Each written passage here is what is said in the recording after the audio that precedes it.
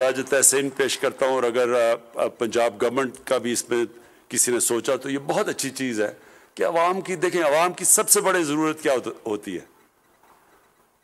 ایک حکومت ان کی صحت کا دھیان رکھے، پھر ان کے لیے تعلیم دے، کیونکہ تعلیم سے ہی ایک انسان اوپر آتا ہے۔ ایک آدمی مزدوری کرتا ہے، اس کی تعلیم نہیں ہوتی، اس کو کتنے ساری دہاڑی میں پیسے ملتے ہیں، اور اسی کو آپ ٹیکنیکل ایجوکیشن دے دیں، اس کو کوئی ہنر سکھا دیں تو وہ زیادہ پیسہ کما سکتا ہے۔ اور جتنا آپ ایک انسان پہ پیسہ خرچ کرتے ہیں اتنا ہی ویلیو ایڈ کر دیتے ہیں، وہ اور زیادہ اپنی زندگی اوپر لے جا سکتا ہے۔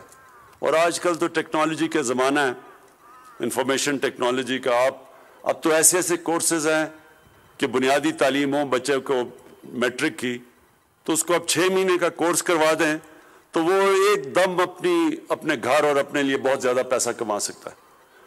تو یہ جو آج کسار یونیورسٹی کی آپ نے میرے سے اوپننگ کروائی ہے، یہ ایک ایسی چیز ہے جو کہ اب ایک فیوچر ہے۔ قوم وہ عظیم قوم بنتی ہے جو آگے کا سوچتی ہے۔ جب جنگ بدر کے بعد مکہ کے کفار کے قیدی پکڑے گئے تو ہمارے نبی صلی اللہ علیہ وسلم نے کہا کہ ایک قیدی کو واپس کرنے سے پیسے ملتے تھے۔ اس وقت مسلمانوں کے پاس پیسے ہی نہیں تھے، چھوٹی سی امت تھی، تو انہوں نے تب کہا کہ اگر جو بھی مکے کا قیدی 10 مسلمانوں کو پڑھا لکھا دے، اس کو کوئی پیسے دینے کی ضرورت نہیں ہے، وہ واپس جا سکتا ہے۔ تو ایک بڑی سوچ، ایک عظیم لیڈر کی سوچ تھی، آگے کا سوچ رہا تھا وہ، اپنے ایک قوم کو عظیم قوم بنانے کا سوچ رہے تھے۔ تعلیم کے بغیر قوم آگے نہیں بڑھتی۔ تو یہ جو آج کسار یونیورسٹی کا جو کانسیپٹ ہے، میں یہ کہنا چاہتا ہوں کہ یہ فیوچر ہے۔ اب جو ٹورزم ہے وہ پاکستان کی فیوچر ہے۔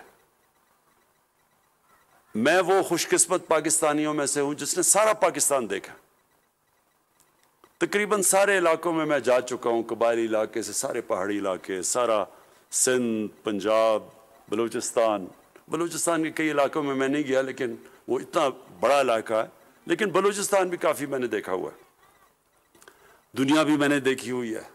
میں آپ کو یقین دلاتا ہوں کہ جو اللہ نے نعمتیں ہمارے ملک کو بخشی ہیں ہمیں نہیں پتہ، اس لیے ہم ناشکری کر جاتے ہیں۔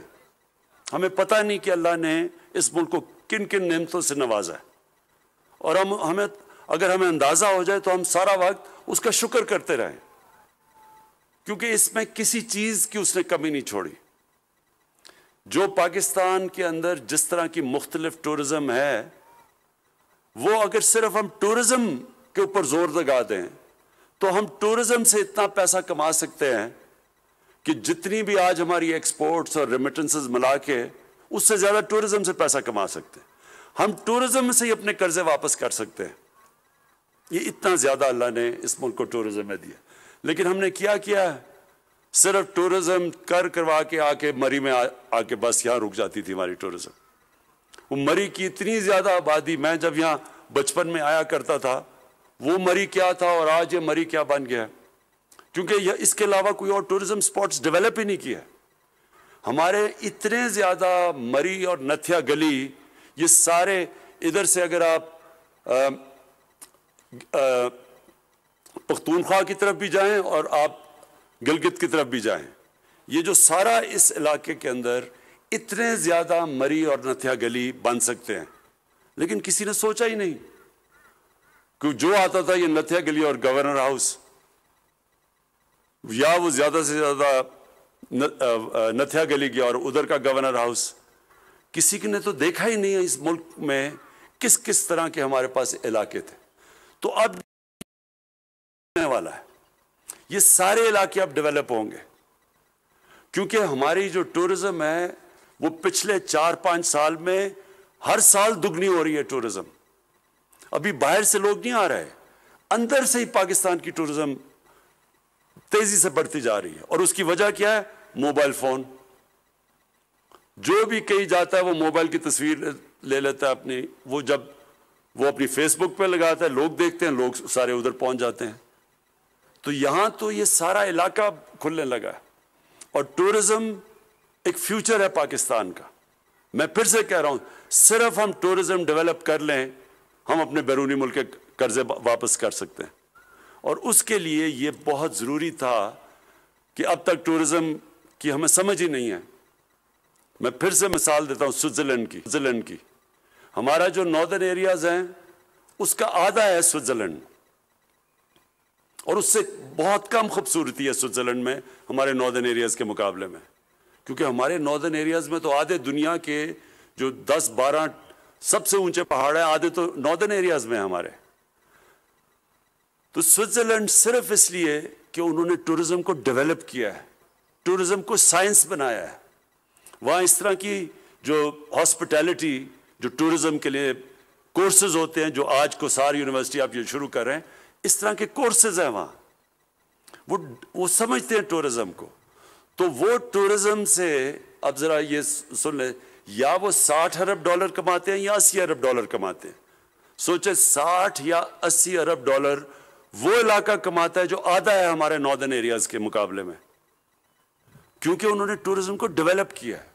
ہم نے ابھی ڈیولپ ہی نہیں کی ٹورزم، نہ ہمیں اندازہ ہے، نہ یہ ہاسپٹیلٹی میں لوگوں کو پتہ ہے کہ جب ایک ٹورسٹ آتا ہے اس کو کیسے آپ نے رکھنا ہے، ہوٹلز میں کیسے، یہ جو پوری سائنس ہے یہ۔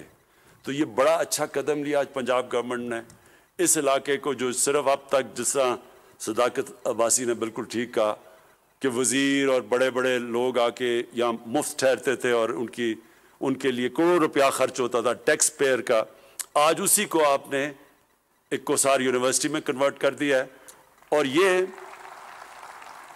ادھر سے اب یہ نوجوانوں کو ایسا روزگار ملے گا، بلکہ روزگار ہی نہیں ملے گا، آپ اپنی ٹورزم کے لیے چھوٹے چھوٹے گیسٹ ہاؤسز بنا سکیں گے۔ اور یہ سارا علاقہ اور یہ جو بڑی مجھے خوشی ہوئی کہ آپ یہ جو کنیکٹ کر رہے ہیں ٹورزم ٹریل کوٹلی ستیاں تک، اور وہ نیچے یہ بھی بڑا اچھا ایک، کیونکہ آپ ادھر سے پریشر ہوتا نہیں تو سارے لوگ بس یہاں پہنچ جاتے ہیں مری اور برداشت نہیں کر سکتا اتنا، یہاں اور ٹورسٹ نہیں آ سکتا، یا جتنی زیادہ پبلک آ جاتی ہے وہ تو چلنے کی جگہ نہیں ہوتی یہاں۔ اس لیے ضرورت یہ ہے کہ اور ہم ٹورزم کے ڈیسٹینیشن سپاٹس کھولیں، جیسے آپ کوٹلی ستیاں، ادھر بھی میں نے دیکھے بڑے خوبصورت علاقے ہیں، ادھر بھی ہم کھول سکتے ہیں۔ اور ادھر سے جب ہم شمال کی طرف جائیں گے، ادھر بھی سارا ناردرن ایریاز یا سارا یہ جو پختونخوا جو سارا بیچ میں آتا ہے چترال تک، ہر جگہ کے اندر ہم زبردست اس طرح کی جگہ بنا سکتے ہیں تاکہ ہمارا ٹورزم صرف ایک ہی جگہ نہ آئے، سارے علاقے میں جائے۔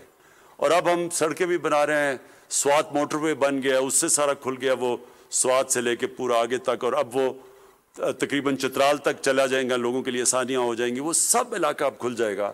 تو جس سے سب سے بڑی چیز کہ مقامی لوگوں کا فائدہ ہوگا، جو لوگوں کو روزگار لینے کے لیے شہروں میں جانا پڑتا ہے، اب ان علاقوں کے اندر ان کے لیے آسانی ہوگی روزگار لینے کے لیے، بلکہ ٹورزم بھی فائدہ ہوگا، اس علاقے کو بھی فائدہ ہوگا، اور سب سے بڑا روزگار لینے کے لیے مقامی لوگوں کو فائدہ ہوگا۔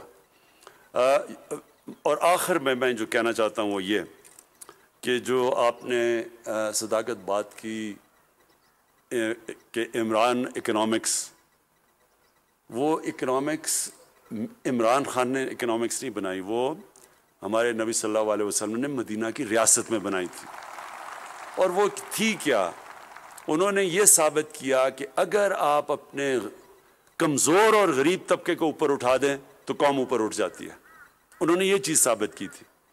پہلی دفعہ دنیا میں فلاحی ریاست بنائی گئی تھی، ریاست نے ذمہ داری لی تھی اپنے کمزور اور غریب طبقے کی، اور جب یہ ریاست کرتی ہے، اپنے کمزور اور غریب طبقے کی مدد کرتی ہے، تو اللہ کی برکت آتی ہے اس قوم کے اوپر۔ پھر اللہ، سب کامیابی تو اللہ کی طرف سے، اور عزت اور انسان کو خوشی تو اللہ کی طرف سے ملتی ہے۔ تو جو قوم جس میں احساس ہوتا ہے اپنے کمزور طبقے کی، اللہ کی برکت آتی ہے اس قوم پہ۔ جتنی میں نے دنیا دیکھی ہے، جو دنیا میں سب سے خوشحال ملک میں نے دیکھے ہیں،